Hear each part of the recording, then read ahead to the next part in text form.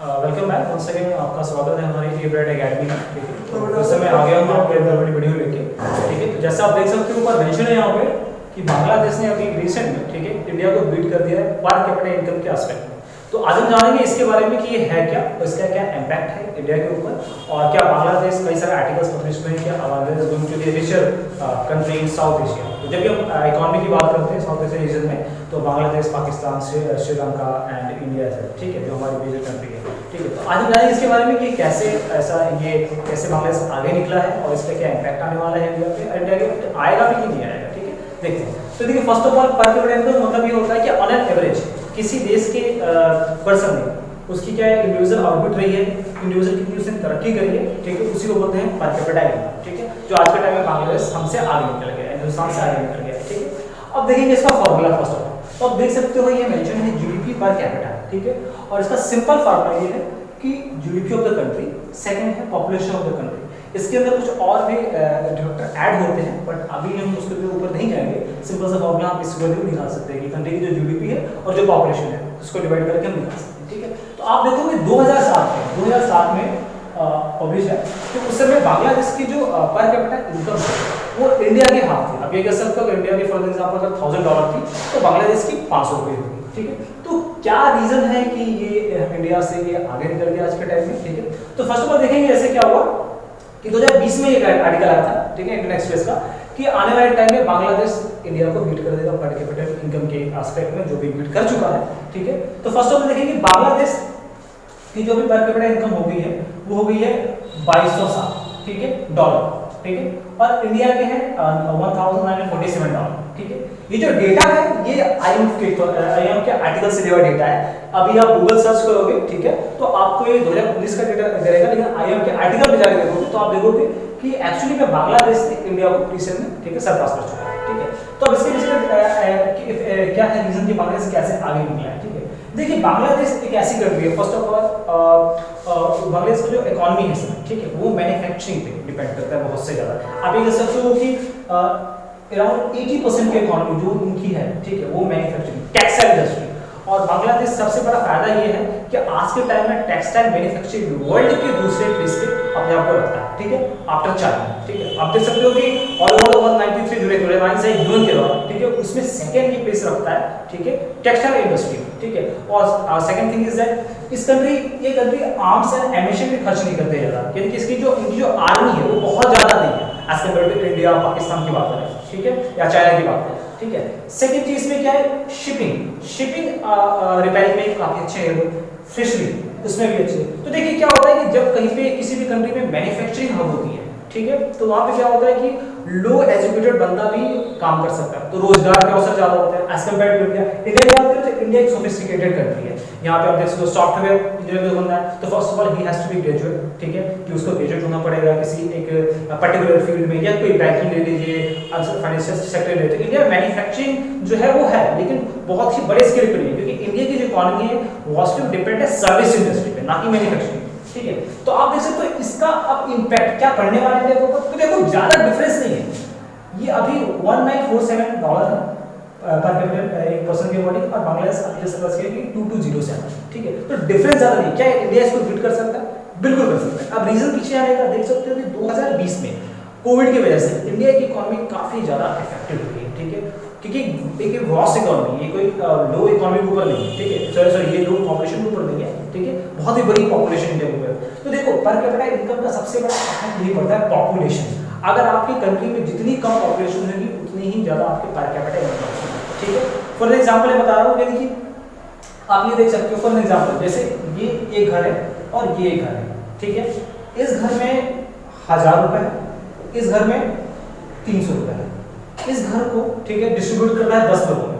ठीक है, और इसको करना है 2 लोगों में। तो जाहिर सी बात है जब ये डिस्ट्रीब्यूट होगा तो हर एक बंदे को 100 रुपए मिलेगा, जब यहाँ पे आया तो 150 मिलेगा। तो अब इकोनॉमी का एस्पेक्ट देखो तो पैसा इस घर में ज्यादा है, ठीक है, और पैसा इस घर में कम है। लेकिन इंडिविजुअल अगर आप देखा जाए तरक्की किसकी ज्यादा है तो इस कंट्री में 150 रुपए मिल रहा है, बट मीनवाइल यहाँ पे उसको 100 रुपए मिल रहा है। ठीक है, तो मतलब ये नहीं कि क्योंकि इंडिया एक ट्रिलियन डॉलर इकोनॉमी है। ठीक है, अगर आप इन चारों कंट्री को मिला के ले लिया जाए तो फिर भी इंडिया की इकोनॉमी इनसे बड़ी है। अगर इस रीजन में देखा जाए तो सबसे ज्यादा आप देख सकते हो सुपीरियर तो श्रीलंका है, इसकी पर कैपिटा इनकम सबसे ज्यादा है क्योंकि आबादी कम है, बहुत ही कम आबादी है। अब देखो 16 करोड़ की आबादी है बांग्लादेश की, भारत की जो आबादी है 136 करोड़ की, पाकिस्तान की आबादी है 20 करोड़ की, भूटान की अप्रॉक्स 6 लाख के पास आबादी है और 2 से 3 करोड़ के पास आई थिंक आबादी है श्रीलंका की। तो देखो जितने कम आबादी वाले देश है उनके पास बहुत ही ज्यादा पर कैपिटा इनकम। अब भूटान देखो 6 से 7 लाख की इकोनॉमी है, ठीक है, 6 पॉपुलेशन है और पर कैपिटा इनकम देखो $32, ठीक है। तो आप ये कह सकते हो कि इनकी इकोनॉमी, ठीक है, पर कैपिटा इनकम ज्यादा ना कि इकोनॉमी लॉस। और भारत आज के टाइम में, ठीक है, one of the largest economy और 5वें 6वें प्लेस करता है अगर GDP as a nominal term पे बात की जाए, ठीक है। अब सेकंड एस्पेक्ट इसमें ये आता है कि इंडिया को क्या हर एस्पेक्ट या हर प्लेटफॉर्म पे बांग्लादेश बीट कर देगा, जो अभी कई सारे आर्टिकल्स पब्लिश हो रहे हैं कि Bangladesh going to be richer than India and South Asia region. तो ऐसा नहीं है, क्योंकि इंडिया एक बहुत इकोनॉमी है तो उसके पास कई सारे एस्पेक्ट, ठीक है, क्योंकि आपके पास अगर तो कई सारे सर्विस इंडस्ट्री भी इंडिया में है, इंडस्ट्री हब भी है। तो जैसे मैं बताया एग्जांपल में कई सारे रीजन इंडिया के पास, जिसको अब रीजन क्या हुआ था, कोविड-19 है और कुछ सारे हमें इकोनॉमिक रिफॉर्म भी लाने होंगे अपकमिंग टाइम में ताकि हम इस नंबर को, ठीक है, बीट कर सकते हैं। अब एक चीज मैं आपको बताना चाहूंगा कि जीडीपी जैसे मैं बताया, अगर जीडीपी की हम बात करेंगे तो इंडिया आई थिंक 5th या 6th प्लेस रखता होगा। सेकंड टर्म बताइए, मैं नॉमिनल टर्म में बताया जीडीपी के बारे में, पर कैपिटा इनकम के बारे में, ठीक है। एक्चुअली मैं आपको बताना चाहूंगा कि अभी पूरी दुनिया में सबसे ज्यादा, ठीक है, सबसे ज्यादा पर कैपिटा इनकम किस कंट्री का है, तो ये मैंने मेंशन किया लक्समबर्ग। लक्समबर्ग एक कंट्री है यूरोप में, ठीक है, लैंड ऑफ कंट्री है, जिसकी पर कैपिटा इनकम देखी जाए तो $1,22,800 है। यूएस से भी ज्यादा है। इस समय यूएस जो है इंडिया की सबसे बड़ी, सॉरी वर्ल्ड की सबसे बड़ी इकोनॉमी है, लेकिन देखा जाए तो पर कैपिटा इनकम के लक्समबर्ग, ठीक है, सबसे ऊपर है। अब इसके पीछे का रीजन है आबादी बहुत, यूरोप जैसे एक रिच रीजन में 6 लाख की प्रोसेस की आबादी है, ठीक है, और इनका जो है मनी लॉन्ड्रिंग का सिस्टम, बैंकिंग सर्विसेज बहुत अच्छी है, टैक्सेस की काफी सिस्टम काफी अच्छे, तो बहुत सारे फाइनेंशियल सर्विसेज यहाँ पे ये प्रोवाइड कराता है, ठीक है, इसके रीजन। और यूएस देखो, यूएस आज के टाइम में 7 रैंक प्लेस करता है पर कैपिटा के मामले में, लेकिन वर्ल्ड की सबसे बड़ी इकोनॉमी। इसका मतलब ये नहीं कि लक्समबर्ग वाले रिचर का नहीं, उससे नहीं, इनकी पर कैपिटा इनकम ज्यादा है, पर यूएस से क्या है, यूएस से सबसे बड़ी इकोनॉमी की, जैसे 30 करोड़ की पॉपुलेशन है, 30 करोड़ की पॉपुलेशन यूएस की भी है, तो 30 करोड़ की पॉपुलेशन के साथ $68,000 मेंटेन करना पर कैपिटा इनकम, इससे ह्यूज अचीवमेंट, ठीक है। और जैसे मैं बताया कि इंडिया के साथ भी यही है कि इंडिया एक बहुत बड़ी इकोनॉमी है, ट्रेंड और इकोनॉमी है, तो आने वाले टाइम में अपने आप को रिफॉर्म करके और अच्छे तरीके से मेंटेन करके आगे बढ़ सकते हैं। अब मैं बताना चाहूंगा पीपीपी के बारे में। अभी अपने जीडीपी नॉमिनल टर्म के बारे में, अब पीपीपी इसको बोलते हैं परचेज पावर पैरिटी, ठीक है, कि एक इंडिविजुअल कैपेसिटी भी, ठीक है, आपकी कितनी परचेजिंग कैपेसिटी है, ठीक है। अभी आप देखोगे तो पीपीपी के टाइम में इंडिया आई थिंक चाइना के पीछे ही प्लेस करता है, फर्स्ट पे, और चाइना जो है वो यूएस को बीट कर चुका है, फर्स्ट प्लेस रखता है चाइना, ठीक है, और इंडिया जो है मेरे ख्याल से तीसरा चौथा प्लेस रखता है, आई थिंक तीसरा रखता है, ठीक है। अब इसका सबसे बड़ा एग्जांपल क्या है, जैसे ये $1 है, $1 यूएसए में, ठीक है, आपको सिर्फ एक कॉफी मिलेगी, ठीक है, एक कॉफी मिलेगी, ठीक है। अब इस $1 की वैल्यू इंडिया में कितनी है, 73 to 75।